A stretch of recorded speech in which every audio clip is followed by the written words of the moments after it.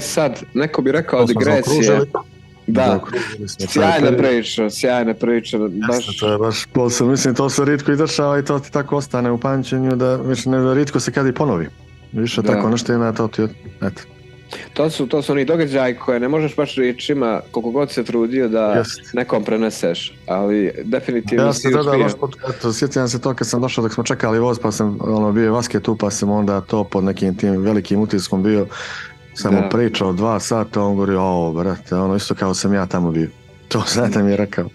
Vaske, Ko sam bio poduskao, on išao tada isto na Exit i onda je rekao, šta je to kao... A on voli isto, slušaj post-rock i Jest.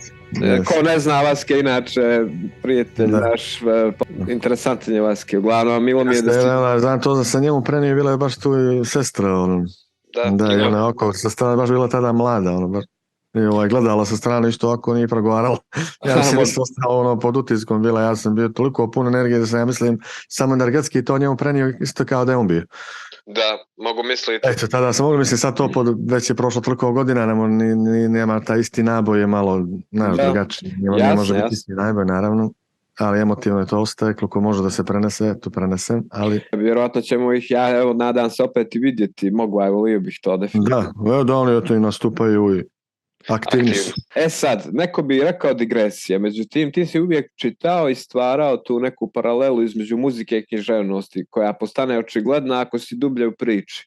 Reci nam nešto o svojim omiljenim piscima, ko su oni i zašto biraš njih? Da, vremenom se to, kao što sam i pričala početka, prvo muzika, pa onda književnost, pošto tu je uvijek bila isto u izobilju književnosti, puno, ne znam, kolekcionari smo knjiga, ja sam i knjižari bio dugo i još prije toga tu imamo, ne znam sami koliko, već isto 1000 knjiga kao i ploča, ali treba malo vremena da se uđe u to, sve to drugačije. Tu dolaze do tih nekih afiniteta i onda je sami tim i preskoka. Ja sam odmah htio uvijek da idem nekako na te najveće, iako mi je osjećam s Draganovih priča u srednjoj školi, pa ne može, moraš prvo klasike, pa kad prođeš to, onda ulaziš ove modernije vode i pisce koji dolaze i kasnije malo, i kad si zreli. Ali ne, ja sam odmah htio da preskočim taj neki, da ima taj gap i bio, ja sam odmah išao na malo možda i teža i svatljivije i obimnije, možda ne sad toliko obimnije, ali možda malo metafizičnije knjige i ta sklonost ka filozofije, ali uvijek je bilo tu poeziju sam uvijek volio, kao to na početku u srednjoj školu zavolio sam, naravno prvo je naša od Branka Miljkovića, Vaska Pope i naših tih najvećih dis, naravno, pjesnika i onda naravno taj prvo francuski simbolizam gdje Arthur Rimbaud, Verlaine, Mallarmé, prije toga i Paul Valéry i svi oni. Sjajno. Da, njega sam, mislim, to danas kad čitaš je, Rimbaud pogotovo, kojeg je to najviše voli Milan Mladenović. Nisam znao to. Da, on ima i na onom albumu Dum, ima iza, kad se otvori buklet, imali smo i CD i ploču, ima slika Arthur Rimbaud. Da. Najviše slušao, a i Jim Morrison, znači on isto pored svih tih filozofa i Nietzsche, uvijek je pričao da zato i na kraju krajeva je otišao u Pariz i umro tamo. Mlad. I iznajmio je baš, to smo ne znam koliko se zna, ali zna se to koji istražuje malo, da je iznajmio baš stan gdje je umro, to je bio stan u kojem je živio Paul Valéry. A i htio da bude zapamćen kao pjesnik i stoji mu i dan danas na njegovoj maloj to piše Jim Morrison poet. Tako da on je sam sebe gledao kao pjesnika i htio tako da ostane upamćen i stvarno mu se to sve i ostvarilo. Za tako mladog čovjeka da ih bude i sahranjena Pelo 6, što isto samo za posebne, i da mu bude napisano da je pjesnik. Tako da Francuska i njihovi simbolisti pjesnici su uvijek na posebnom mjestu. A i kao i po meni, moram uvijek da pomenem, to što je po mene može analogija da se napravi engleski romantizam. Je uvijek tu bio, koje danas moram, mislim, to puno je, veliko je djelo, a i puno je, naravno, da se uđe malo i dublje i da se istražuje i da se to shvati na pravi način. Možda se analizira dugo. Tu su, naravno, Byron, Keats, Shelley, Wordsworth, Coleridge, Blake, čuveni William Blake, koji je najviše utjecao na Jim Morrisona i ona čuvena rečenica kad bi se vrate percepcije pročistila, sebi se ukazala onako kako zaista jeste beskonačno. Koji kasnije iskoristio i Huxley za svoju knjigu Vrata percepcije. Naravno i Jim Morrison isto u svom dijelu dosta pominje William Blake i referiše kroz njegovu poeziju i na primjer Wild Child, kao što je i pjesma Wild Child. To je od William Blakea koji je baš dosta isto i koristi tu riječ i referiše na njegov život i na što znači to metaforički. Tako da engleski romantizam je nevjerovatan isto. Kao i francuski simbolizam.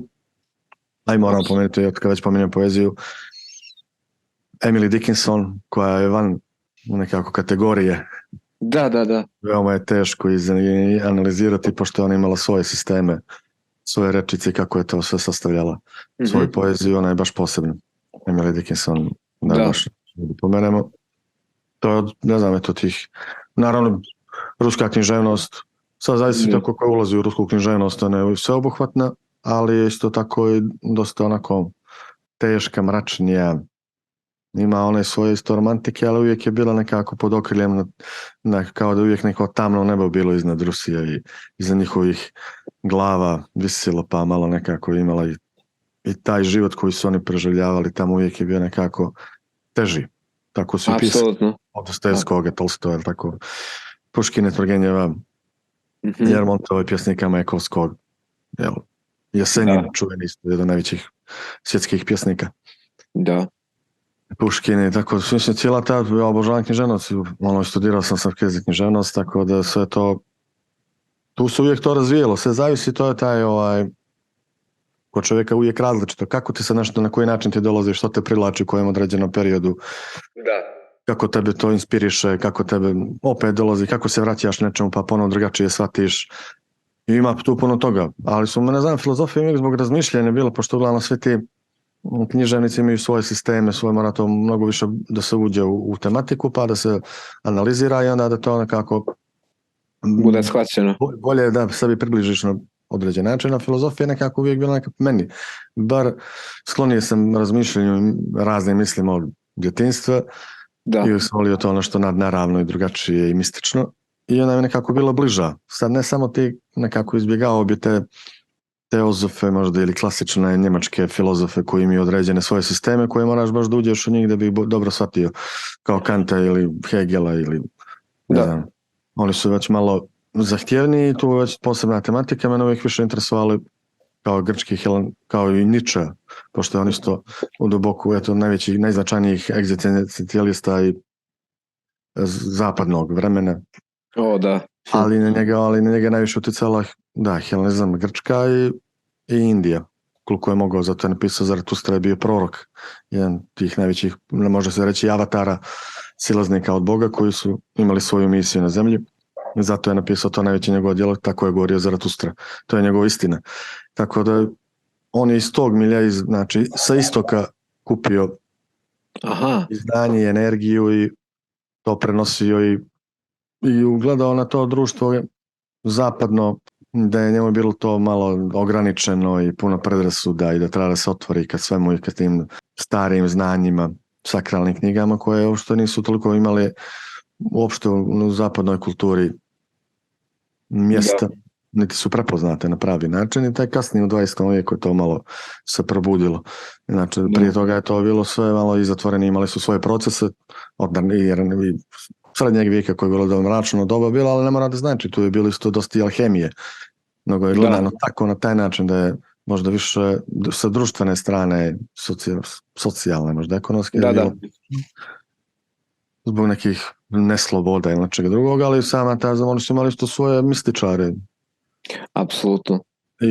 I svoju neku isto sklonost više ka alhemije nego kasnije moderno doba koje se najviše referiše i oslanja na nauku, koja po svim ljudima, kao na primjer Bela Hamaš koji istražuje drevne baštine, je samo produžetak religije, crkve, ograničenja, nečega što nije bilo baš dobro, što je samo dobilo sad novi oblik, kao i kapitalizam, i to sve iz tog milija. Znači, tu ništa nije puno promijenilo i da nema tu nekog velikog napretka, nego se uvijek to, mogu skrenuti, referiše se da ljudi sve pričaju o evoluciji, u stvari je više deevolucije. I možemo vam priti tu malo analogiju, asocijaciju na ovaj band Divo.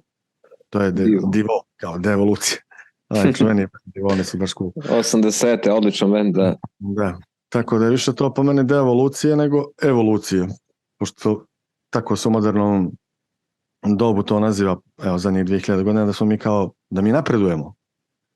Pošto, ali sa tačke gledišta koje po mene nije baš pravilno, nego je samo opšte prihvaćeno. A to treba sve da se makneš te oblande da bi išao na suštini ka pravim vrijednostima, stanjima koje su postojale prije i da se prihvate da su one istina, ne ovo što je prezentovano zadnjih 2000 godina.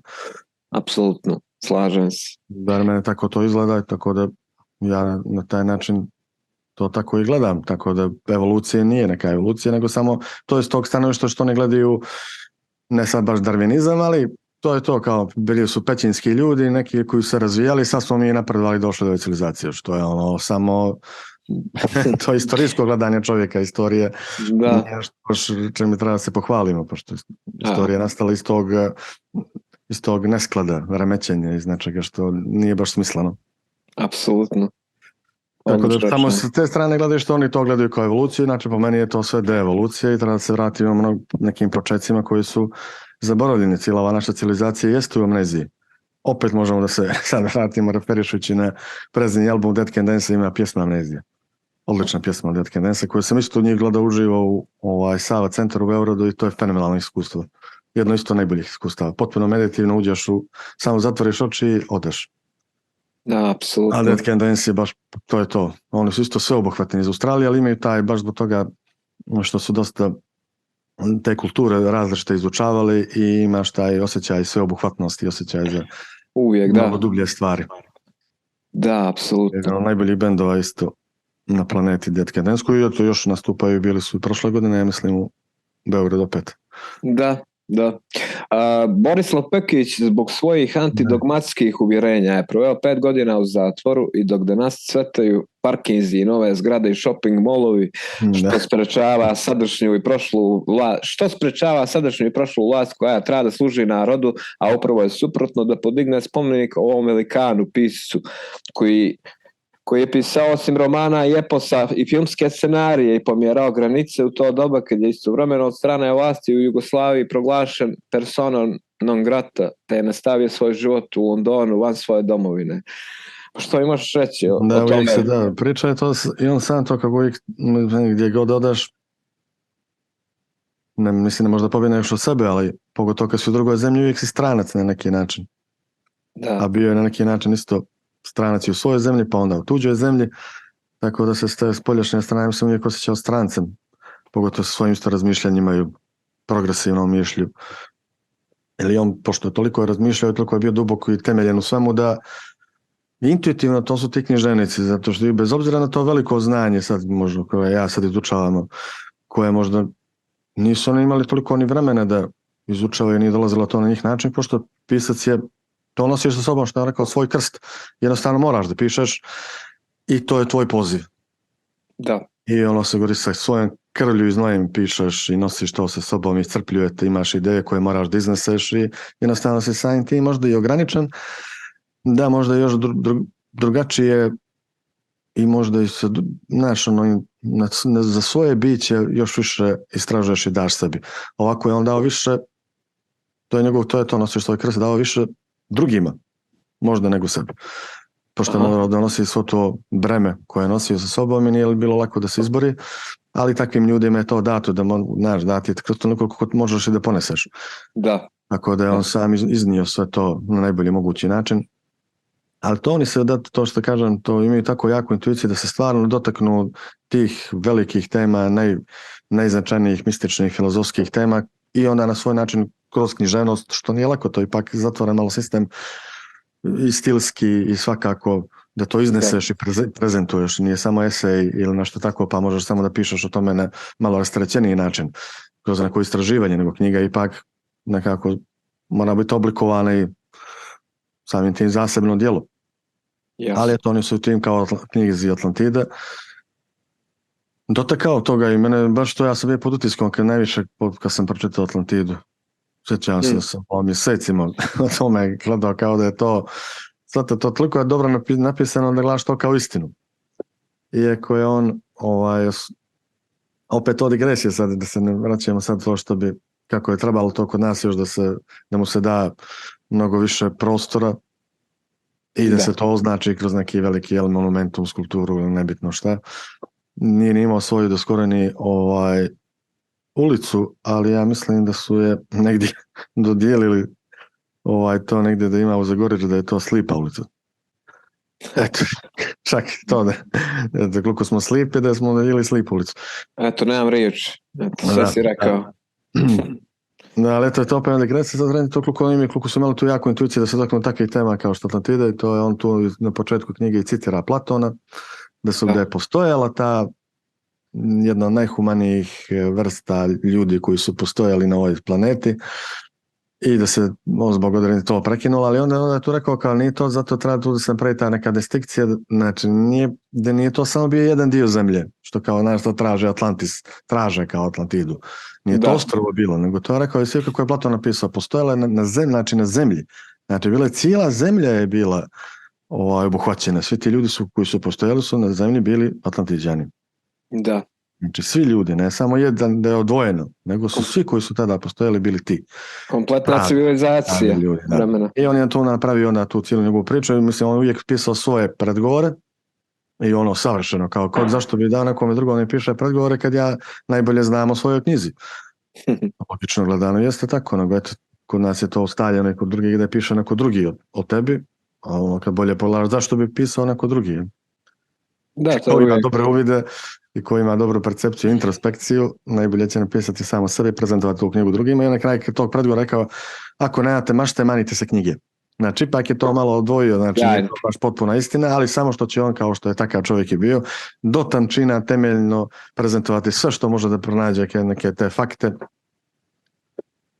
koje može da podrži knjigu i sve to o čemu piše i to je najbolje daće sve od sebe. I uvijek je takav bio i tako je počinje s Platonom, pa onda brod Mayflower koji je napustio prvi brod koji je ljudi koji su bili na Mayfloweru naselili Ameriku. 1000 koja je rekao 400 i neke, ja mislim, zaboravio sam tačno koje, ima i spisak tih ljudi koji su bili na tom čuvenom brodu Mayfloweru i to je sad taj dio, to je Massachusetts, to je taj iznad Bostona, taj dio gdje su to je sad mislim potpuno i zatvoren prostor gdje samo imaju kuće senatori, bivši predsjednici i sad taš. Nije to baš jedno s drugim nepovezano, nego veoma povezano, zašto baš tamo gdje je Mayflower pristao. Da. Ali to su uglavnom bili puritanci, tako se to razvijalo i tu cijelimo sad ima priču, kao to imaš prave ljude Atlantiđane, imaš ove robote, to su androidi koji ne znaju da su androidi. I automatoni. I androidi koji nisu roboti, koji su androidi, ali koji znaju da su androidi. Onda to su ti koji u stvari manipulišu i svoju moć prezentuju i gledaju što je njima bitno, tako da im je najveći cilj da što bude manje Atlantiđane, da ih u stvari na kraju istrijebe i da oni ostanu jedini na svijetu, ali pošto to nije baš tako lako, oni izazivaju kao i te velike rate i to je vjerovik imala ta jedna interesantna ta njegovo mišljenje, naprimjer kao za drugi svjetski rat. Da. Pošto uvijek ne mogu da pronađu sve, toliko smo mi izmiješani da ti ne mogu ne detektirati sa pravog čovjeka, uglavnom su sami tim iskriveni na neki način, ali kao naprave se veliki ratovi, kao što je primjer drugi svjetski rat i tu ima žrtava oko 40 miliona i kao šta da ne 40 miliona, kao žrtvujemo jednako robote koji ne znaju da su roboti, oni nisu ni bitni, ali bitno je u tih 40 miliona ako umre, na primjer 100 pravih ljudi Atlantiđana, to je odlično, uspjeli smo. A ove drugo jednako žrtvujemo, pošto oni su jednako roboti koji ne znaju da su roboti, tako da nije ni bitno. Nevjerovatno. To je baš mi je bilo to, kad sam čitao sam rekao, pa ima smisla, ima i to veoma puno smisla na neki način, iako je to sve u okvirima knjige što je njemu bilo bitno, ali na kraju krajeva cijela knjiga završava s tim u znaku Vodolije, pošto on bio Vodolije Aquarius i to kako treba sve opet da se pokrene, kao ta isto pobjedio je pravi čovjek i našao je tu u planini polugu koja je spuštio i sve je palo. Ali to je odlična ta njegova metafora i to zapažanje na kraj, kao on sjedi sam na toj, iako je porazio androide i sve to uspio u svemu tome, ostao je sam je na plaži. I sad gleda, i on stalno pominje toga Galuba koji ima određeni zvuk koji ispušta, to je kraj, taj neki baš poseban zvuk koji se stalno vrti kroz cijeli roman. I sad to cijelo jato koje je išlo sa tim, palo je i ostaje jedan galeb. To je ta metafora za jednog čovjeka, to je ta usamljenost i vraćanje tim prapočajcima i vraćanje samom sebi, prvom čovjeku koji je postojao, ali govori, vidiš šta je sad gleda, on posmatra sam sa te obale, gleda toga galeba samog i palo mu je cijelo jato u vodu, pošto on jedini bio pravi i drugi nisu. I sad on sam nije zadovoljen bio i odletio u neki kao radostan, nego je ono počeo da se vrti u krug oko tog jata i da ispušta taj tužni opet zvuk kraj i kao vrti se, onda je on to tu vidio tu kao značaj, poentu svega toga, kao ne, pa eto vidiš, opet nam trebaju, vidiš, opet žalim za njima, treba da postoje, iako su androidi, pa govori zajedničkim snagama, opet govori da iskoristimo, napravimo novi svijet, pošto smo zajedno jedni druge, kao mi njih stvorili, oni nas, kako god to gledamo, i treba zajedničkim snagama da krenemo ponovo iznova naprijed. Uvijek imao tu super tu humanističku crtu. To mi se uvijek svidjela neka nova nada, opet neka to je, uglavnom to vraćanje jedinstvu. Opet sve zajedno kako god izgledalo, možda i nemoguće da se opet krene zajedno. To je vraćanje tom prvobitnom stanju kome smo i pričali prije. Tako da mi je to super, ta Atlantida, uvijek sam to, ta metafora, kako je on to sagledao cijelu civilizaciju čovjeka. Sjajno. Pa reci mi, se nalaze je baš dobro ono. Reci mi, možda je sad, ja lično isto ne volim kad me neko pita koji ti je omiljeni band, pjesma, knjiga, ali je li Atlantida tvoj omiljeni roman? Mene nekak najviše mi tada ostavio utisak, neko nisam sad mogao, ne možda u mogućnosti, ali ni volje nisam imao za Zlatnim runom. Zlatno runo je 7 tomova, tako da ću da se ogradim kao i žiri koji je dodjeljivao Njegošovu nagradu Pekiću, a dodjelio mu je tada za Zlatno runo od 7 tomova, je rekao, pola žiri je reklo kao dodjeljujemo nagradu Borislavu Pekiću, ali moramo da priznamo da nismo pročitali svih 7 tomova. Pročitali smo Bjesnilo i Atlantidu. Ne, nije to u okviru Zlatno runo, baš 7 tomova Zlatnog runa. Da. A ovo su druge knjige, da. Ogromno, da. Da, i onda oni su možda pročitali 1-2 toma i rekli kao, ma da, ko će ovo čitati, to je stvarno previše i to stvarno treba jednom u životu to pročitati, pošto u tim baš, mislim, to je cijela Arsenija njegovan priča, mitologija, istorija, vraćanje, razvijanje u 20 vjekova cijele porodice i korištenje svih tih mogućih i njegovih nevjerovatnih alata kako to da prezentuje i sam je rekao kad je dobio tu Njegošu nagradu da mu je to bilo veoma veliki teret, ali mora da ga iznese. Kao po cijenu života, ali skoro je bio gore pre izmaku snaga. 12 godina je pisao Zlatnu runu i rekao kao mora da stane, ako nije bio ne završio kao na zadnji tom koji je kasnije izašao, kao moram malo da pređem da se odmorim, pa već imam neke ideje i sam je ti rekao kao to su mu kao lakše knjige objasnilo, Atlantida i 99. Mislim, to su knjige koje su svjetske knjige koje mogu da se stave u rangu sa bilo kim od Nabokova, Dostojevskog i ostalih. A njemu je to bilo kao malo, znaš, kao lakše nešto, da se malo rasteretim. Pa ću da napišem ove knjige koje nas nazivaju zabavne. A to su po mene, jedno od najboljih, da, pošto je on toliko ga je Zlatno runo iscrplo. Da, ne mogu ni zamisliti. Ja nevjerojatan čovjek u svakom pogledu, stvarno je bio posebno i pisao, isto je bio ne samo to što u humanističku crtu što ima, nego imao je to i duhovitost, pošto svaki inteligentan čovjek mora da ima duhovitost, pa su uvijek hvatan za poneke te njegove. Najviše sam čitao u stvari to što je kasnije izdato, bilo što je njegova Ljiljana Pekić, žena arhitekta, tamo su žene živjeli u Londonu i njegova čerka sad izdaju malo po malo skinuto sa trake, pošto dosta toga što nije imao vremena, on je snimao, nosio oko sebe magnetofon, okači i onda dok razmišlja o temi za ne znam što da piše u sobi, on nosi magnetofon i snima na kaseti. I dok se bavi cvijećem, pošto je super imao mali vrt u svojoj toj kući u Londonu i onda je baš potpuno izučio botaniku i imao najljepši vrt. Pošto čega se god dohvatio, mora ide do kraja i mora sve da zna. Jedna prečito sve moguće enciklopedije i vrt mu je cvjetao naravno. I dok se bavi cvijećem, onda stavi magnetofon i snima to što priča, pošto nema vremena sve da radi istovremeno. Da, sjajno. Multitasking. Hiperaktivan, da, i koristio sve moguće to i kompjuter i magnetofon i pisao i sve živo moguće te medije koje mogu da prenese, pošto nima vremena, iako je bio alkoholičar, znao da nema dovoljno vremena. Eto, umro je mlađi, 60 godina, a oni delno kišu. Eto, porijeklom jedno i drugo iz Crne Gore, ta dva velika pisca. Bivše Jugoslavije, jedno od najvećih u stvari pisaca. Da. I s jedne strane su stvari bili Crnogorci, otac Borislav Peković je bio Crnogorac, a Danilo Kišo je majka bila Crnogorica i zajedno su čak u jednom trenutku bili na Cetinje. No, da. Posle rata je nas otišli za Beograd.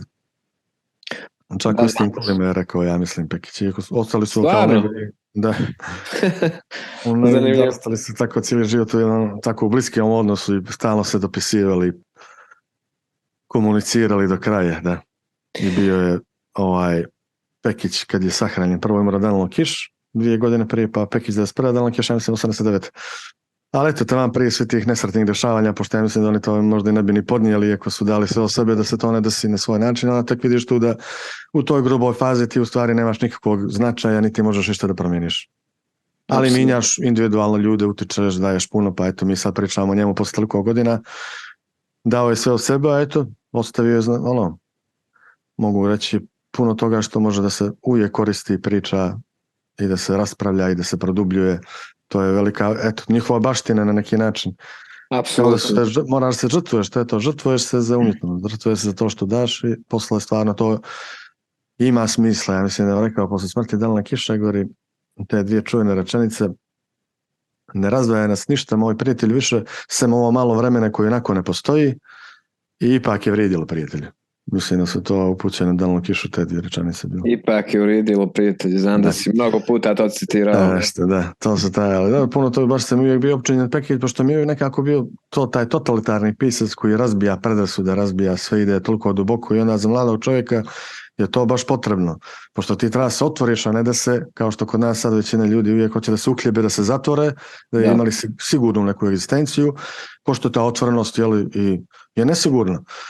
Znaš, ideš nekim putem koji nije ustaljen i na ti sigurno gdje ćeš tim putem, ali takvi putevi donose posebnu, ja mislim, posebni napredak, naravno. Da, i draži, to se onda takvi ljudi prenose nešto čovječanstvo, ovi uhljebljeni samo uglavnom su brojevi tu na groblju i tako to. Da. Uglavnom to ostalo, ništa od njih, samo tijelo koje nestane prahu. Materija, da. Pored Nikole Tesle, kao izuzetne ličnosti, imali smo ličnosti kao što su Madame Blavatsky, Ruskinju, Gurdjieffa, Rudolf Steiner, redovi ljudi koji su se borili za duhovni, a samim tim i fizički opstanak čovječanstva. Da li misliš da je ovo prva ljudska civilizacija ili je ovo pokušaj ko zna koji po redu, ajde recimo 6. To je tako sad se neče kao čemu si malo mislim, tih najvećih mislilaca, Gurdjieff je više išao o spiritualizmu, ali od tih baš najvećih mislilaca, to što najviše pominje i Bela Havaš, Bela Havaš je jedan koji je sve to nekako obuhvatno sastavio, preuzeo i napisao puno dijela koji su tek sad evo kod nas počeli da budu prevedene, mora 69. godine, ali tada u Mađarskoj je bio potpuno zaboravljen, pošto je bio i protiv ideologije, kao što je socijalizam i komunizam, a s druge strane je bio i protiv crkve, tako da je bio u nebranom grožđu, što bi se reklo, ali slobodni strelac, tako da nije, kad nisi ni jedno ni tamo ni vamo, onda su svi protiv tebe, je bio nešto malo i predavao na fakultetu, mislim, takav genij, mislilac. Još jedan stranac u svojoj zemlji. da nije mogao nikako da se izrazi, ali eto, na kraju napisao te knjige, ja mislim, pod nagovorom svoje žene, i drevnu baštinu i o hrišćanstvu i ona čuvena filozofija vina i ima ih tu puno moralu i tako to nije htio da napiše, ali žena njegov koja je naravno prepoznala takav genij, rekla moraš da napišeš to da dostane za druge generacije i stvarno dobro što je napisao, pošto ja sam s njim potpuno oduševljen te zadnje te 2 godine pored toliko svih tih filozofa i egzistencijalica što sam čitao, da nisam napomenuo prije, stvarno je trebalo napomenuti pored Nietzschea nastavak njegov tu i rumunski filozof Emil Cioran, koji je otišao u Francusku to u mladosti i sa svoje djela napisao skoro na francuskom, ja znam. Kako se, izvini, možeš da speluješ? Emil Cioran. Okay. Emil Cioran, to je čuveni rumunski filozof, ali francuski ga nazivaju, pošto najviše godina je tamo živi u Parizu i tamo napisao najviše djela na francuskom. No isto egzistencijalista, čak na neki način možda još po mene oštriji onako i opasniji od Nietzschea, na svoj neki način, naravno. Dole njemu je sad, iako je to isto ta neka, kako možda se reći, pesimistični pogled na civilizaciju, uvijek dodatle mu je neko polazište. Ali to je isto ispravni. sa tog nekog intuitivnog nivoa kad pogledate, kad se pogleda jeste neka potpuna propast. U nekom obliku sada može, naravno to treba se gledati još što većeg stanovništva, pa da bi to onda globalno gledano moglo da se još drugačije sagleda. Da. Da se malo izađe, da se odzumira pa se još bolje pogleda, ali dobro, oni su bili u svom tom tome što su radili Pixeli, fenomenalni osjećaj stupančeni kao nešto velike ličnosti. Emil Cioran, da, njega sam to pomenuo. I onda pored to Nikolaj Berdjajev, koji je poslije na Sorboni predava i on je bio malo izopšten od crkve, iako je samo crkva prihvatala ono što je njima odgovaralo, a to je kao i svi drugi, pošto slobodnih mislioca ne može, znaš, nikad nisu na glasu, ili tako to, uvijek je sve kontra njih, pošto kritikuju. I to je to što pored Bele Hamaša, koga on često pominje, Bader, Rene Genon, koji je baš posebna ličnost, to bi trajala posebna emisija samo o Rene Genonu, kojeg u zadnje vrijeme istražujem. Apsolutno. Najviše čitam njega, to što može da se nađe kod njega, i Bel Havaš, i oni, mislim, samo njih sada se oni proučavaju i čitaju, tu možda da se, to je to po mene najsveobuhvatnije što je čovjek dao.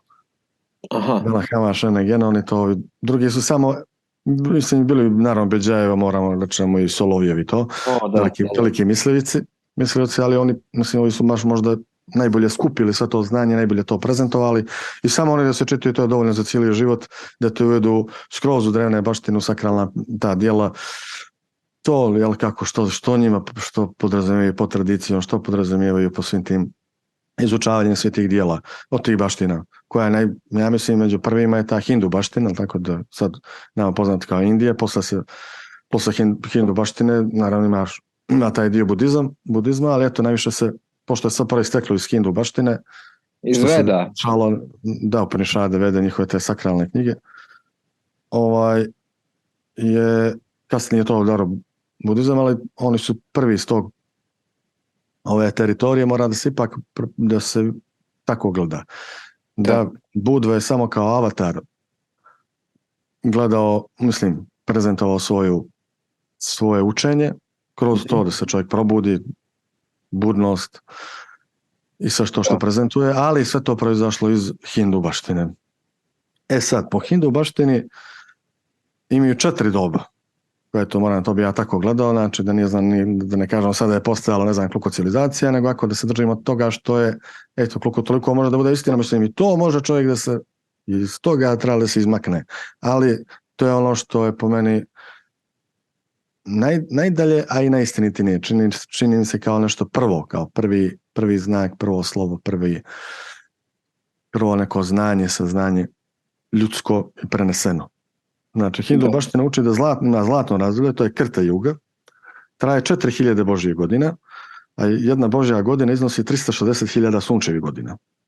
Eto, a onda možemo tu da ko će da izvuče to u vremenu, pa neka računa. I po hindu baštini, Krta Juga zlatno doba, bogovi borave među ljudima vlada jednakost, oni ne znaju za vlasništvo ni za ja. Neprekidno žive u izobilju i vedru. Živa bića su braća i sestra, glavno zanimanje proučavanje Vede i tapas, samo pregor. To često pominje Hamaš. Osnovno osjećanje života jeste radost, nema ogrešenja, greha i zla, celo čovječanstvo govori jednim jezikom koji razumiju bogovi, životinje, ptice i biljke, svi su zadovoljni, iskreni, učeni, ljudska bića su slično bogovima lepa, snažna, zdrava, jer je bolest nepoznata na zemlji. Prosječni životni vijek je 4000 godina. Eto, znači to je zlatno doba po hindu baštini. Drugo razdoblje je Treta Juga, srebrno razdoblje, prosječni životni vijek i ljudi je 3000 godina, pojavljuju se patnja, bolesti i greh, ali se još mogu pobijediti samo pregorom i ugaranjem u božansko znanje. Ljudi više nisu onako lepi kao što su bili u zlatnom razdoblju, gubi se bratstvo među ljudima, već postaje 2 kaste, duhovna i neduhovna, i živa bića su se odvojila.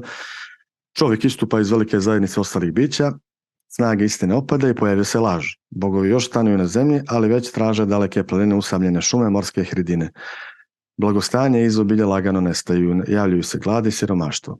Treće razdoblje je 2 para juga, prosječni ljudski vijek je 2000 godina, 2 para juga traje 2000 božjih godina. Veda postaje zabranjena za pojedine ljude, samo pregovor se sve manje smatra najvećim zadatkom života, bogovi odlaze za zemlje. Sve veća oskudica, glad i siromaštvo. Čovječanstvo se već dijeli na 3 kaste. Pojavljuje se novac, nepravednost, svesna surovost, žrtva i ritual su već samo privilegije duhovne kaste. U prvom razdoblju bolest je bila samo duhovna i samo narušeni smisao, zamogljenost u glavi. U drugom razdoblju se širi na udove, sada u trećem razdoblju bolest je već zaposela trup i postala tjelesna. Četvrto razdoblje, koje Renogenon naglašava i govori da smo mi u tom četvrtom razdoblju tamnom dobu, ali da je pri kraju valjda. Četvrto razdoblje je Kali Juga, tamno razdoblje, gvozdeno razdoblje. Prosječan ljudski vijek se sve više smanjuje ispod 1000 godina, na kraju razdoblja nije veći od 10 godina. Ljudi su sve više zgureni, sve su manje i postaju sve mršaviji i ružniji. Na kraju razdoblja ne dostižu visinu ni od 1 metra.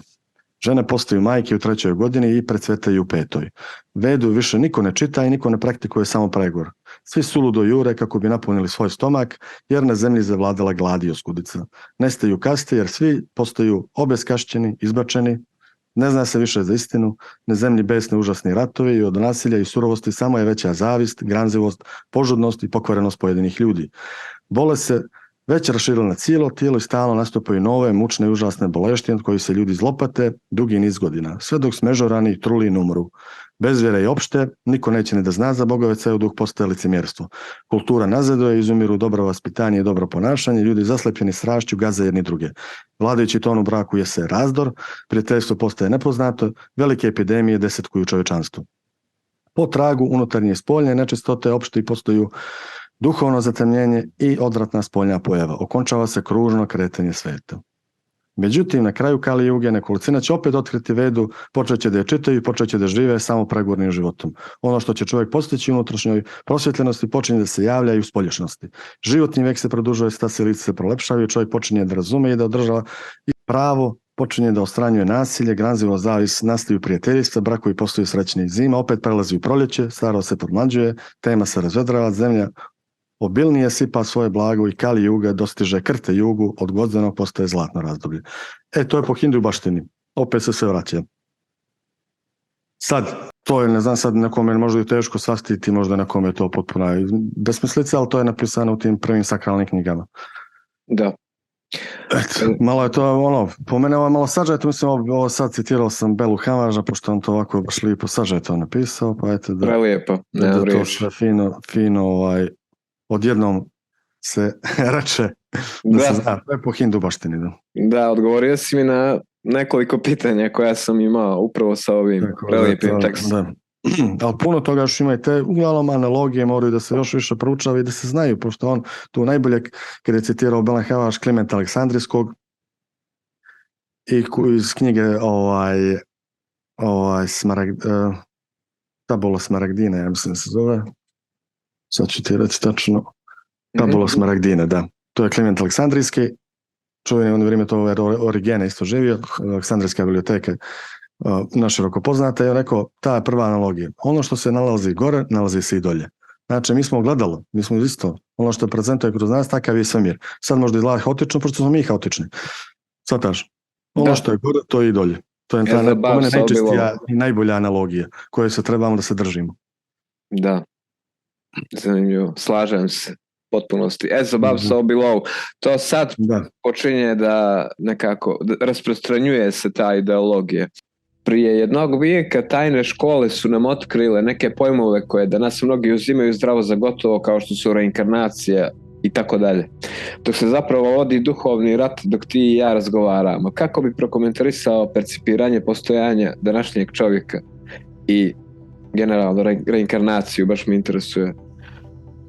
Mislim, sad bi tu trebala emisije gdje se svega čovjek dotakne i da se to razrade, sve te teme i to. Ali mislim sad, to jeste, ne samo prije, mislim, to tek sad prije jednog vijeka, to je, mislim, krenulo je možda malo rasvjetljavanje nečega da se dotakne to, pa se onda tu ispele možda malo ljudima nejasne stvari, pa možda malo i neke zavjere, pa teorije, pa ovo, ono, da se uglavnom do toga što nemaju tu sveobuhvatnost i tu sklonost ka pravom učenju, to o čemu sam pričao i što znači primordijalno stanje, što govori Renegeno, osnovno stanje i sve te drene baštine o čemu govore i onda kroz to možeš da sagledaš nešto i onda sve ovo da ti bude veoma jasnije. Nego naši ljudi se drže istorije, a to je sve u padu. Ima baš dobro i napisao i Sioran tu knjigu Pad u vrijeme. Da. To sve kroz sve te, primjer, baštine i religije, svi govore isto. Da. To je veoma slično. Hrišćanstvo to govori o tom padu čovjeka iz izbačenosti iz raja, padu na zemlju. Da. Ovi na svoj način govore Lao Tse, isto moramo pomenuti kineski, taj po meni najveći mistični čovjek. On ima Tao, što znači put, da sve ide, da treba da se gleda, da se prihvati kao nedjelovanje u djelovanju. Kao da mi ne moramo sad puno ni da djelujemo, da će to sve da se riješi, da stvari i to i postavljeno i riješeno kako treba, da iz tog djelovanja smo i proistekli svi najveći problemi čovjeku. Pošto su odavno izgubljene te vrijednosti i hijerarhije, prave hijerarhije kako što postavljeno, ko je duhovnik, učenik, ko je ovaj koji se bori, ko je vitez, kome je dato, jel tako, to je duhovne kaste što mu je dato oružje da bi branio tu duhovnu kastu, pa onda ide privrednik taj koji je na zemlji, koji je više povezan sa zemljom, pa sve to postojalo u hijerarhiji veoma sređeno i postavljeno kako treba, samo što je to potpuno izgubljeno i sad svi su, duša je pala u pogrešne te odabire i žive u pogrešne živote. Zato je duša, može da se kaže, i zarobljena u tom nekom postojanju svakog čovjeka, pošto uglavnom niko ne radi ono što treba da radi, pošto je to odavno pogubljeno, izgubljeno taj i kontinuitet hijerarhije je potpuno poremećeno.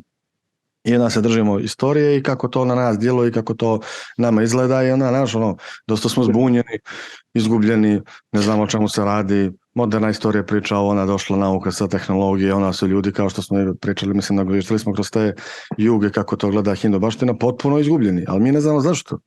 Zato što je objašnjen je taj pad i kad se tačno i desio, taj veliki pad, što tu se i pominjaju čak i neke određene godine, ali to je isto nerazjašnjeno, možda se tačno reći kad, zašto. Da. I to je ovom prema kroz kinesku baštinu odlično, to je napisao Hamaš, je postavljeno kad se razdvojilo, to je već tako dato u društvu, onda je već Lao Tse počeo da gubi svoje sledbeništvo i više to što je on prezentovao kroz Tao, nije to drugima ljudima koji su gledali, došao je Konfučije i konfučijezam, to je kšatrije, to je ono što je viteško, ono što je puno u djelovanju.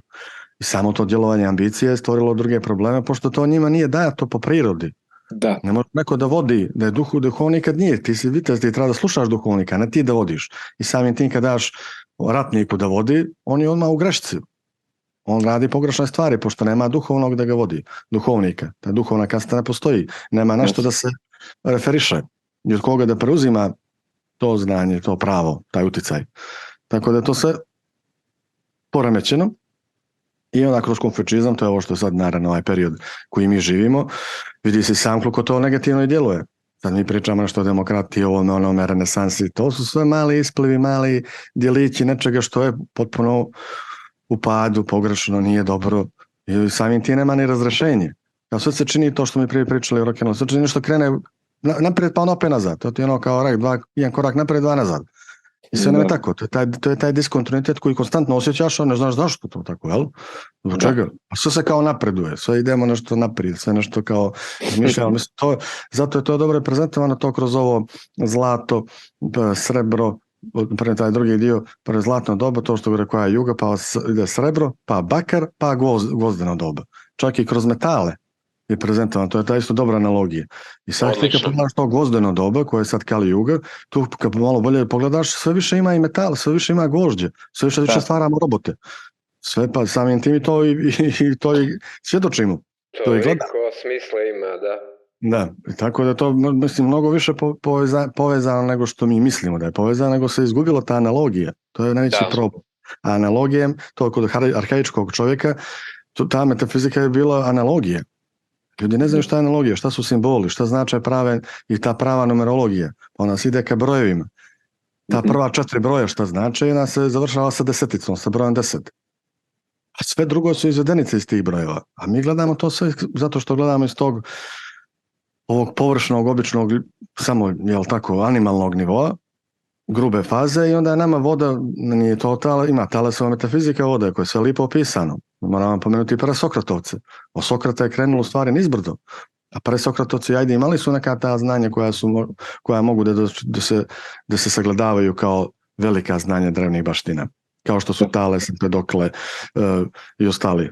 Koje niko ne pominje, Pitagora, pa njegovi prvi brojevi. To je Pitagora, to je metafizika. To nisu brojevi koji mi inače imamo brojeve koji su nam samo bitne nule. Zato i ta civilizacija sa tim, evo kad pogledamo sad to materijalno bogatstvo. Svi gledaju koliko ima više nula, ko je zaradio milijone, milijarda, to su sve jedinice sa nulama.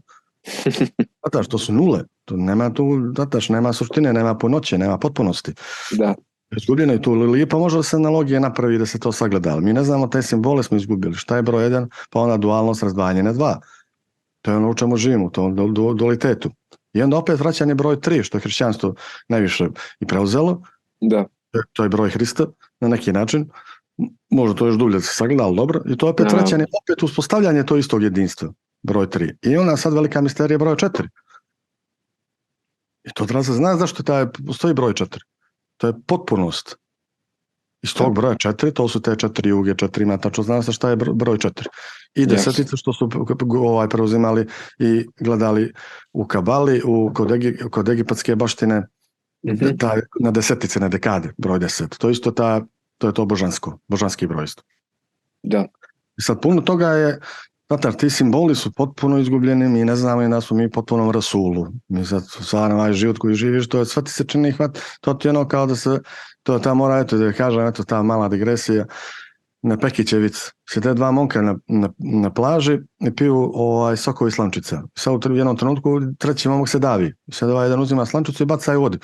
I on govori, druže, vidiš se davi, ti bacaš slančicu u vodu. On govori, samo da vidim vatali se davlje neki za slančicu. Pa mi smo ti daljenici koji se vatamo i za slančicu. Što god nam se ponudi, mi mislimo, to je spas. Da.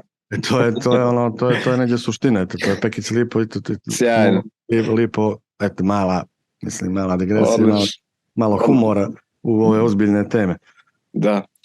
Ali mi ne znamo kuda idemo, zato su ti mnogi intelektualci, pametni ljudi kao što Jošo, koji su mogu reći da je sad, ne možemo reći da je avatar, silaznik od Boga, ali jedan jest od tih velikih ljudi, intelektualaca, ima i duhovnu naravno ravan, isto genijalaca na svoj način koji imao, ja sam dosta čitao, ima na knjige Dag Dan Doko Yang, gdje dosta pominje, on ima svoj, baš je to dobro, da razbije predrasude, ljudima da im to lakše približi, da nije sve samo nešto što im je nesvatljivo, možda i apstraktno, pa ima tih viceva. I ono kad priča, došao iz Londona, on je Irac i kada se vrati u Dublin posle ne znam koliko godina, kao učen čovjek i kao dođe na stanicu i kao tamo pedi Irvin. I on pita kao na engleskom, kao da li znate gdje je ta, ne znam, institut kao nekakvi nauka, nebitno to veliki neka institucija državna, i samo pogledaju i iskuliraju ga. I samo misli kao da ne mora biti na stanici u Dublinu ljudi koji znaju engleski, ili tako? A on kako je učen čovjek zna 12 jezika i on ih sve to isto pita na 12 jezika. I ništa, samo se pogledaju i ništa, samo iskuliraju. I ovaj čovjek kao ništa, idem ja dalje. I govori, pet Irvin, zamisli glavu u budalu. I govori, misli da je pametan, govori, na 12 jezika nas je pitao kuda ide i opet ne zna kuda ide. Opet je krenuo, ne zna gdje ide. Znači, nije ni poenta da znaš i puno jezika kad ti ne znaš gdje ideš. Apsolutno. Ne znaš koji je tvoj put. Ne znam, izgubljeno je pad. Sjajna analogija. Ovo je sve u padu. Da. I onda ti si izgubljen. Koliko god da znaš, misliš, hvataš se kao te slančice su ti date, evo sad tehnologije, ali to je sve prazno. To nema suštine, to nema izvora. Mora se vraćaš tom izvoru da bi znao. Pošto to je posle hrišćanstva bila gnoza, za to gnostici. Gnosticizam je zabranjen. To je posle hrišćanstva gledalo kao sektu. Da. Pošto su oni imali tu jednu spiritualnu i duhovnu ravan, a ovima to nije odgovaralo, oni su samo držali morala. Držali su se kao u staroj Bibliji Tora ti je samo čisti moral. A Kabala je ovo duhovno. Sad to vi što su pravi torijanci, to što drže Tora, oni ne priznaju Kabalu. Kao što ni hrišćanstvo ne priznaje gnozu. Kao što ni islam ne priznaje sufizam. Sufi to je ono pravo po mene učenje koje ide ka Bogu i koje ima svoje sledbenike i dan danas. Malo ih ima, ali ih ima. To je ono sve što smo mi smo sve makli to što je duhovnost i što vodi ka nečemu, pravom spoznaje i saznanje, da bi samo prihvatili ono što je tu materijalno, realno, samo da gledaju kroz moral. Zato postoji ta ogromni strah, pa grih, pa, znaš, Sve smo to mi pogrešno shvatili i tako ono i prezentovano. I onda piješ se izvora koji ti je drugi dat, nego da ti sam istražuješ. A moraš da znaš, ako hoćeš da odeš tim stvarnim putem, mi smo takvi ljudi, možda i intuicijom, ali ja hoću da znam. Da. Moram da znam da bi se okrenuo tom putu ili tao ili to, shvataš, tom duhovnom. Mora da postoji znanje o tome. Kad već ne postoji u civilizaciji, to sređeno. A vidiš da nije sređeno, znači ti sam moraš da se izboriš za taj put da bi dostigao to. Ima tu i predodređenost, kapacitete tvojeg bića, duše i svega toga i tog uzdizanja. Kroz 7 nivoa se palo, sad opet treba kroz 7 nivoa da se uzdiže i to je taj broj 7. Ima sve to lijepo, simbolistički to objašnjeno za nekoga ko hoće da istražuje i da spoznaje malo i teži put i nije lako ni to spoznati, pošto traji vremena, ne živimo u takvom ni mi vremenu i druge stvari te tište i jednostavno si ograničen, ali s druge strane isto imaš mogućnost i uvijek je dat. Uvijek je otvoren jedan taj dio. Ili kroz, možda gledati to, ili kroz ljubav, ili kroz neku religiju. Moraš da pronađeš taj put. Taj svoj put. Što Sten Martin govori, svako ima taj svoj put. Sad ne znam, to za inkarnaciju, to je sad to treba više gledati kroz dušu. Da, to tako gledam. To je to u padu što se doživljava kroz dušu, ona se posle gore težim putem i uzdiže. Ali izdaš kroz 7 nivoa da bi sama duša bila nezavisna od svega, od svih mogućih religija i baština i svega, ona se sama odvaja i sama postaje nezavisno biće i božansko i vanbožansko. Sad, mene tu uvijek interesovalo. Ne čitajući, to je ta iskra koja postoji u svima. I zato postoji zato je taj broj 4 veoma isto bitan. To su 4 simbola: vazduh, voda, vatra, zemlje. Da. I opet 4, broj 4, taj misterij broj 4. To je sad u mene uvijek interesovalo, uvijek bez obzira na to, pošto ja uvijek išao intuitivno, mene metafizička misao uvijek veoma bila bliska i ja sam sam dolazio do tih nekih spoznaja, iako nisam posle pročitam pa kažem, ja sam razmišljao o ovome. Znači, tvoje biće je sklono tome ako ideš tim putem traganje. Doćeš ti sam do nekih stvari, iako neće to biti potvrđeno sad. Ja zbog uma volim da mi je potvrđeno, da bi ja znao da se na pravom putu i onda kad istražuješ, ne ideš na to i kažeš super idem onda tim putem još bolje. Onda imaš još veću poletnost. Već se nekako to kao potvrdilo i to je već dobro. Ali me uvijek interesovalo prije svega, kao uvijek kad sam sam razmišljao, šta i prije božanstva i prije Boga. Znači morala nešto da stvori i božanstvo. Ne može božanstvo samo od sebe da postoji. A ni Bog kao jedinstvo, ni samo to jedinstvo je stvoreno iz nečega. Iz čega je stvoreno jedinstvo, odakle sve ovo je proizašlo? Mene bi bitan uzrok, prauzrok svega. Mene uvijek, to nikad nisam mogao da spoznam kao šta je prauzrok i božanstvo, šta je uzrok, šta? Kako je došlo od toga? Sad, to je već velika mistika koju rijetko komaš od ovih najvećih koje ja istražujem da imaš odgovor. To je jedino tu kod mene Jakob Böhme, najveći zapadni mističar, živi u srednjem vijeku, Jakob Böhme, Njemac, on je tu napisao, ima odličnih knjiga i napisao je to što objašnjava, ima knjigu Berdjajev, Jakob Böhme. To treba svi da pročitaju. On tu govori o Ungrunu. Iracionalna ta beskonačna sloboda. Znači, iz iracionalne beskonačne slobode je sve ovo stvoreno. Ungrun. Taj naziv, to treba zapamtiti. Tu sada on se bavi tim pitanjem, to što se ja htio znači, što je prauzrok. Dakle, je to izašlo. Dakle, sve izašlo pa da pričamo o svim tim jugama, božanstvu i sve to. Znači, to je posljedica, što je uzrok. I samim tim to malo uđeš u stvarno pravu metafiziku. Da se čovjek malo odvoji svega ovoga i sebe i biće i svega što zna i da to i to očisti. Da se samo odeš skroz intuitivno kuda stvarno i sama duša na kraju ide kad se skroz odvaja od svega. Ono se skroz pročistuje i sama bude nezavisna i nema nikakvog ni znanja, ni prapočetka, ni ono je potpuno to, nirvana. Čišćenje, skroz. To čovjek malo tu uđe, malo tu treba te snage da se ponekad osjeti tako skroz van svih omladin čist, da bude skroz čist. Apsolutno. Veoma teško, mislim, to je ljudima potpuno, znači, sad kad pričam ljudima, uvijek sam pričao raznim intuitivnim stvarima, bilo im je to kao što pričaš. A sad još kad im pričaš ovo, kad imaš argument i nešto to, onda im je to tek sad nepojmljivo, kao daje, to je oni se misle to je teorije, nekakve apstrakcije, nešto što nije im blisko, nisu otvoreni ka tome, onda samim tim ne mogu da izučavaju to, ne mogu da, nije im blisko jednostavno i to je to. Da, osjećaju odbojnost, nije im dato, kao što je Hrist rekao, isto također, ti se pitaš ovo ključno pitanje, pominješ zapravo šta je uzrok svega, Vrlo malo ljudi da je tako daleko. Ja sam isto postavljao sebi to pitanje, mislim, ali Hristos je isto rekao u jednom momentu da možda čovjeku u nekom određenom vremenu svog razvoja nije dato da zna neke stvari. Ali to su opet gnostički spisi, to nije u samoj Bibliji, nego u zabranjenoj Bibliji, da kažem. Da, nije mu dato puno toga. Znači nije dato, ništa ne znaju ni najobičnije stvari, a kamoli to malo dublje. Tačno. Mislim, u padu smo pa tako samim tim i sam treba teže i teže, to težak je put uz dizanje. Da. Htio sam te pitati, ti si manje više već ispričao dosta o tome i otvorio tu temu, ali evo da malo oblikujemo to, a da se vratim opet na nešto što si rekao. Znači, što misliš o hipotezi da smo kao čovječanstvo u nekom velikom oblivionu, u tom zaboravu, kolektivnoj amneziji, mislim, to si već pomenuo. Već smo to rekli, pa naravno da smo to, potpuno smo u amneziji, iako još postoje mali ti djelići koji su ostali s tima, postoje te stvarno sakralne knjige i neka znanja koja još ne mogu tek tako lako da nestanu, pošto samim tim treba da se vratimo svemu tome i ne može sad baš potpuno da nestane. Da.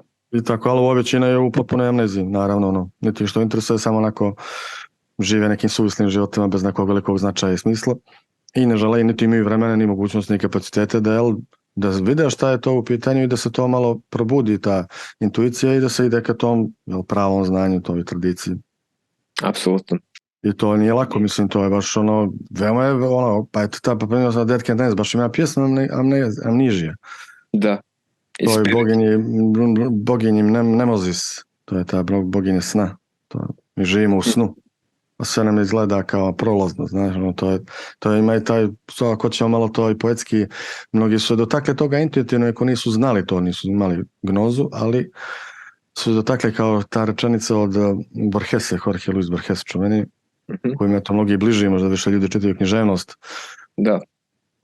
Kad kaže kao duša je sanjala, zemlja je bila njen san. To je baš lijepo rečeno, romantično ti zvuči, pa ti je nekako bliže. Priločnije. Ti su snu, pa onda zaboravljaš, ne možeš da se probudiš, pa sami snovi što znači, to nismo se tek da se dotaknemo, u 20. vijeku te čuvene psihologije Junga, koji je otišao najdublje, posle Freuda. Freud je samo otvorio nesvjesno, ali eto, Jung je po meni otvorio to drugo, kolektivno nesvjesno, i tu ima puno simbola, arhetipova, sve to isto povezano sa svim tim što smo mi pričali, vremenim baštinama, sve postoje simboli za to, samo što je to u modernom vremenu nije znalo kuda da se filtrira, pa je izašlo kroz psihologiju. Iako sama psihologija bez razumijevanja svih tih simbola, arhetipova i svega što znači čovjeku, samim tim tog nesvjesnog i kako se to prezentuje u snovima, na koji način. Eto, to samo da citiram to, da nismo malo to duše i kao da to je gledam tu reinkarnaciju ne samo ovako kao što se gleda kroz hinduizam ili kako ljudi misle da to ide pa kroz karmu, malo to površinje, nego eto, na primjer, što je Empedokle rekao, to je jedan od tih presokratovaca: duša opuštena u ljubavi odvaja se od Boga i treba da se pročisti u 10.000 otelotvorenja dok se ponovo ne vrati. To je jedna, eto, tih, može tako da se sagleda, ali eto, to je sve slično. Da. Dok se dođe do nirvane. Sad to što govorimo o Jungu, pošto Jung isto, mislim, sve su to dotekli, samo što stvarno to ne hamaš ni druge, malo Junga negdje ga prihvataju, ali dosta kritikuju samo tu modernu psihologiju, pošto po njima to nema nikakvog smisla, to je samo još jedan produžetak toga što uglavnom nije dobra kao i nauka. A malo bolje gledano i ta psihoterapija, sve to nema to puno nekog velikog značaja, pošto je to sve površno, kratko. Ljudi hoće odmah da im bude bolje, a to ne može. I prava duga psihoanaliza, po Freudu to traje po 5-6 godina, 10 i opet ništa vraća, nema tu prevelikog napretka, jel? Da. Nego eto samo, mislim, to je najveći uspjeh u njima, da se čovjek, ako je moguće, ako odeš baš u patologiju, da se funkcionalizuješ. Da budeš samo dio sistema i da radiš nešto smisleno, kao njima to smisleno, ali to ti je to, funkcionalizacija. Znači, psihologija je jednako funkcionalizacija, ništa drugo. Tu uopšte nema ni dubljih, ni malo većih tema, niti simbolike prave, niti ničega ono što smo mi pominjali, ali eto, ima da se funkcionalizuje čovjek i malo da mu se vidi gdje su mu te traume, što i kako, i ništa je baš nešto veliko, ali najviše je Jung, zato Jung je dobro to, čega sam nije puno toga držao. Ti možeš male neke neuroze, psihoze, to može da se riši, to nije suština. Žene su mnogo neke veće druge stvari koje je on pominjao, i arhetipovi, kolektivno nesvjesno, i dinamiku bića, i eto, ali BM je mnogo prije toga što smo rekli, on pominjao, on je uvijek vjerovao u transformaciju, dinamiku bića, da je uvijek moguća transformacija. Znači, to uvijek je moguće, uvijek je tu. Znači, konstantnu dinamiku biće. Što je isto veoma interesantno. Jako. Tako da ovo, znači, ljudi svi misle da im se to tako, da im se riješe problemi, ali ne može da se riješe problemi ako ne znaš, ako ti nisi upućen u sve ovo što ja pričam. Znači, to ne možeš, to veoma ti je teško, ti si opet u istom si tilu, nisi ništa riješio, samo možda imaš manje nekih problema, možda si više funkcionalan, ali dubinske te stvari koje tebe stvarno tište, zbog čega nisi ni svjestan što te tište, ti ne znaš.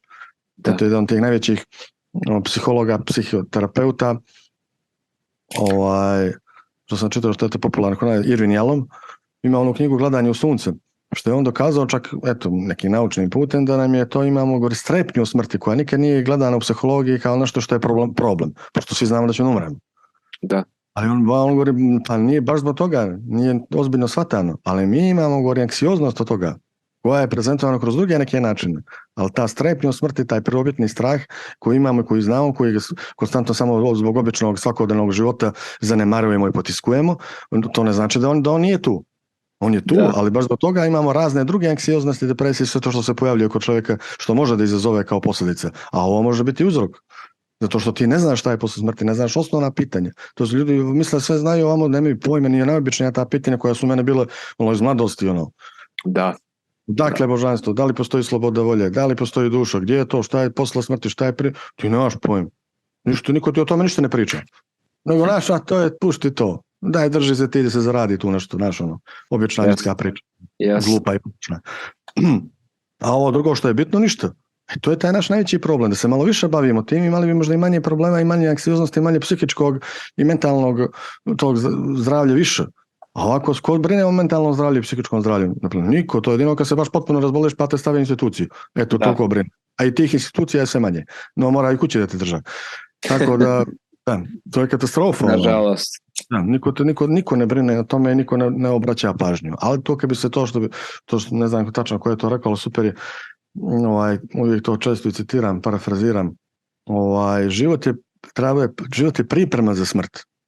To treba da sad, kad bi se više bavili tim stvarima i razmišljali o tome, onda bi bio ti u nekom trenutku stvarno, kad bi došao kad dođe taj trenutak, bio pripremljen, a ne u nevjerojatnoj anksioznosti i strahu. I onda gore to čak i kad pričaju, sam čitao, ona duša ne može lipo se oslobodi, pošto tvoj um je još vezan za zemlju. Da. Zato aleluja tu iznad, ima i raznih i tih stvari koji nikako da napušte tu sferu i ne mogu da odu normalno dalje. Zato što skroz su se stegli i skroz ugrču i neće da napušti, idemo i ođeš, pušti tamo, ne znam što je da mi ođeš 2 godine. Znači i neke patnje i boli i najgore oće tu, pošto on strah od nepoznatog. Da. To je veliko, zato je to kroz hindu baštinu, kroz hinduizam to mnogo bolje nekako njima približenije, oni su tamo opušteniji. Zato i 1,5 milijardu ima, niko ne razmišlja puno o tome, pošto oni to vjeruju u to ti je jedan ego koji se utapa u jedno veliko okean. Je zgubljenje tvojeg ega. Ali ti se utapaš u nešto što je mnogo veće, ti si dio nečega većeg, zato te ne treba se bojiš. To treba da bude kao neka iracionalni strah, a ne da bude stvarno racionalni strah kao kukulele. Nego to da te malo pripremaju na to treba da ide i kroz tradiciju, i kroz religiju, i kroz sve to zajedno. Ali ne su navikli odmah, hrišćanstvo je dosta negdje pogrešno to malo prezentovali, to nije baš dobro. Vječno i pakao, kuku, grije, kako to uradiš, to je shvataš, onda se još više bojiš. Onda se još više, a opet ništa se ne mijenja s tim da se opet dešavaju sve te stvari koje znamo da nisu dobre, pošto ne možeš ti nekoga da ograničiš samim tim da ga spasiš od nečega tako što mu kažeš da će da ima kaznu. Ne. Znači to treba da bude to je dio tvog bića koje znaš što je dobro, što nije dobro. Znači bez obzira na religiju i što ti oni govore i na koji način to izgleda. To bi trebalo da bude normalno za normalnom čovjeku. Naravno da ne treba da ubijaš nikoga. Naravno treba da shvataš, naravno treba ovo, naravno. To treba da ti bude nekako jasno bez obzira na to što kaže zvanična religija ili zvanično ovo ili zvanično. Nauka, da. Intuiciju treba zalivati, bukvalno, kako si i sam negdje rekao drugim riječima.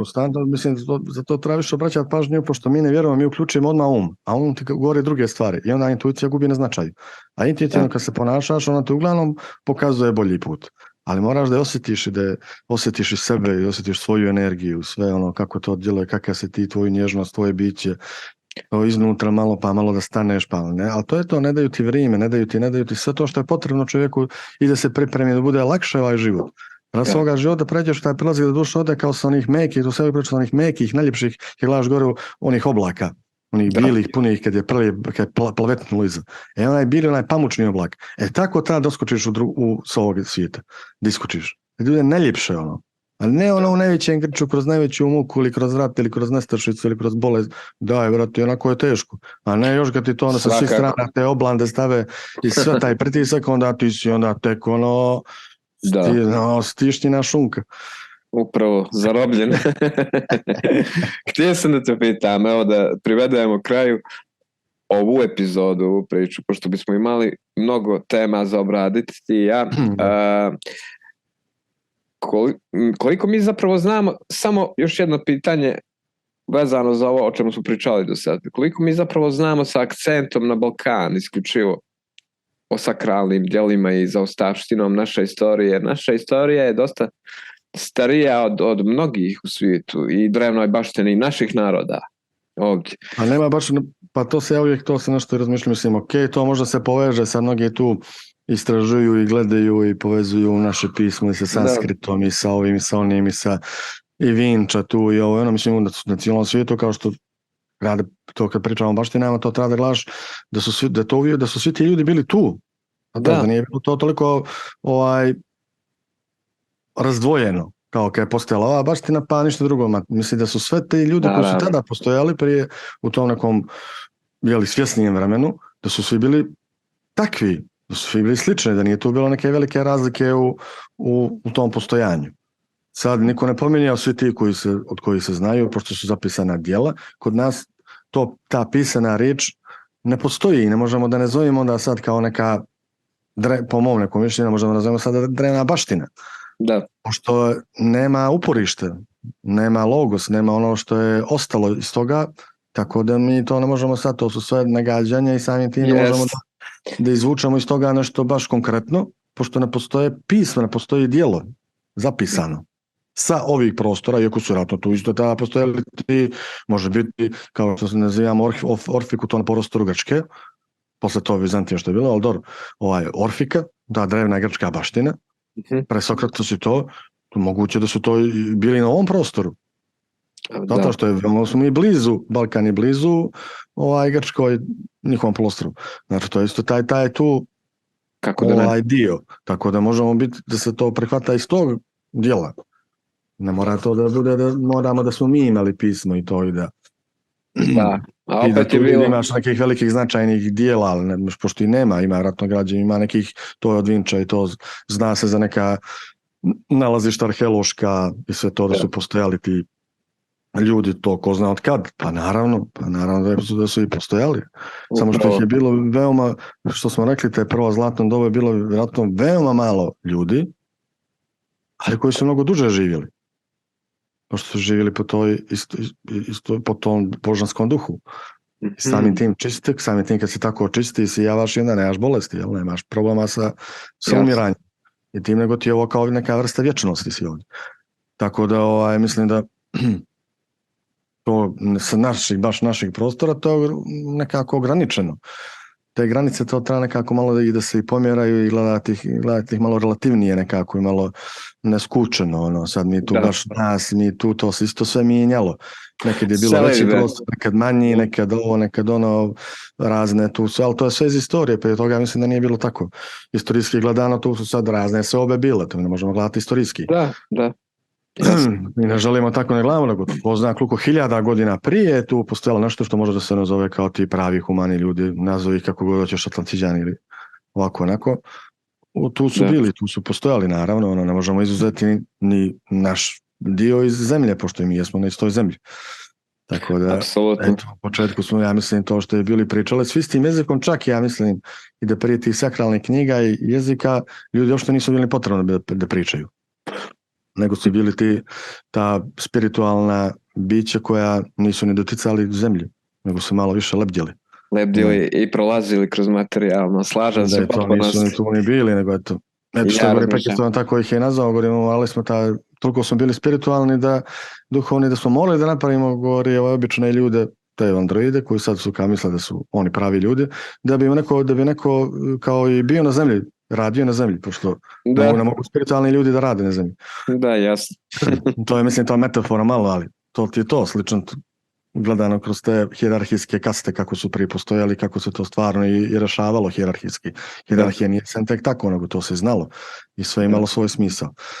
Tako da, i uporište, tu je to mislim, to je dosta po meni onako dosta jasno. Sad, to što se vidi sad, znaš kako, to je sve, to je ono, u padu si ona se vataš, a ovi pričaju, ne, mi smo najstariji, ne, ovi su da, ono, o čemu pričate, ono, to je potpuno nebitno, ono, pošto to te odmah te zatvara. Da, apsolutno. Gledati simbole, koje su simbole imao, kakvi su simboli, kako su, na što su oni referisali, koliko su oni vridni, koliko ti možeš kroz njih da se uzdigneš. To ti je bliže, ako ti ovako isto je bliža hindu baština, egipatska, kineska, iranska, persijska, Peru, isto na drugom kontinentu, sve su imali iste simbole. Sve. I od brojeva simbola, samo ne mora, možeš da izabereš koji god hoćeš. Da. To je to objedinjivanje, sveobuhvatno gledanje, ne usko gledanje onoga odakle si, što si, ko si i ovo. I onda se tu samo rascepljujemo, pravimo sve više granica koje su potpuno imaginarne i ne treba da postoje, ali to je tako sad u svijetu, ne možeš bez pasoša niđe otići. Da. Ali to je naš, ako to je sad, u tome živimo, šta ćemo? Jeste, to nam je realnost. Evo za kraj, htio sam da te pitam, da li si razmišljao, a ovo sam se pitao više puta, evo, godine su prošle, čak godinama se pitam, da li si razmišljao da napišeš knjigu, jer moram reći, poznavajući te, čudi me da nemaš makar 3 za sebe, no opet znam da si najviše volio prenešenu riječ uvijek, kao doba Platona, na primjer, i ima li izgleda da nešto napišeš uskoro? Da, pa mene bilo, mislim, tako sam bio, u stvari, tako mi je biće da uvijek to išlo verbalnom nekim verbalnim putanjem, znači tim prenošenjem je na samim tim, kad dolaziš do tih nekih, kad imaš inspiraciju pa otvaranje biće, pa ti se otvori tu, ko zna što, to je neuhvatljivo. Možda tu da se imao to, da sam malo pametniji bio kao prekić pa da snimaš, pa onda posle da zapišeš, mogao bi da izvučeš još možda neke bolje stvari, a ovako to nikad mi nije bilo to toliko blisko da ti sad samo moraš da tu izučavaš, sjediš, pišeš, to je ono baš disciplina velika. Ali eto, pisam u zadnje vrijeme, to prošla godina prepuše, kad sam počeo pišem neku dramu, ono kao malo više, neka drama apsurda, pa malo više neko komične zabavne. Neko više ima i rima i nečega, bilo mi je to više malo nekako kao nešto zabavno da napišem, nego neko stvarno veliko istraživanje, više eto književno, ali eto, to možda to bi valjalo završiti, kad se već počelo. Dar tu dramu, za početak. Da, nadam se da ovo tako hoćeš završiti. Jeste, dobro, ima tu se već postavio likove i nešto njihov razgovor. Pa dobro da ne odajemo previše slušalcima još ni ime ni ništa. Ima tu pa ćemo pričati o tome, eto možda što se i citirati iz toga, ima prilike, bit će prilike. Apsolutno, evo htio sam za kraj samo da te pitam još što bi poručio slušalcima kanala, zapravo radija Tajne Balkana. Da, pa eto da budu više okrenuti tajni i da istražuju više misterije koje postoje razne po svijetu, koje su eto zaboravljene, ali u njima stoji velika istina. Tako da konstantno istraživanje, radoznalost biće treba da bude neka polazna tačka, ja mislim, za svakog čovjeka dok je tu. Odlično. Da ne budemo samo skloni ovom gruboj fazi animalnom u kome već većina ljudi jeste i mi smo samim tim što smo u biološkom tom tijelu zarobljeni. Malo to da izuzmemo pa da se okrenemo i ovim drugim stvarima koje su, ja mislim, mnogo bitnije za nas. Mislim da se posle možda ništa neće brojati ovo materijalno samim tim što nestaje, nego što ponese duše koja čega se nakupi. I koliko bude oslobođena svog tog tereta, da ja mislim lakše i ode i lakše se oslobodi samim tim i ostvari u tom svom putu. Da, apsolutno. Želim je susreću. Hvala ti puno. To je kao naša esencija duše, otprilike dođe, je li tako? Esencija samog našeg bića. Jeste, pa to u filozofiji Vinisu Hamaš odlično to piše, kako su nastali dragi kamenje i dijamanti, da su to sve pretočene u to drago kamenje, sve to čovjek duša. Hvala ti puno na svemu ovome, obratit ću pažnju i jedno čekam sljedeću epizodu. Da, pa eto, mislim da je bilo iscrpno i dobro. Hvala tebi, mislim da smo dobro razgovarali ovo nedeljno popodne, tako da eto, hvala svim slušalcima budućim i sadašnjim i da se drže toga što više što smo rekli.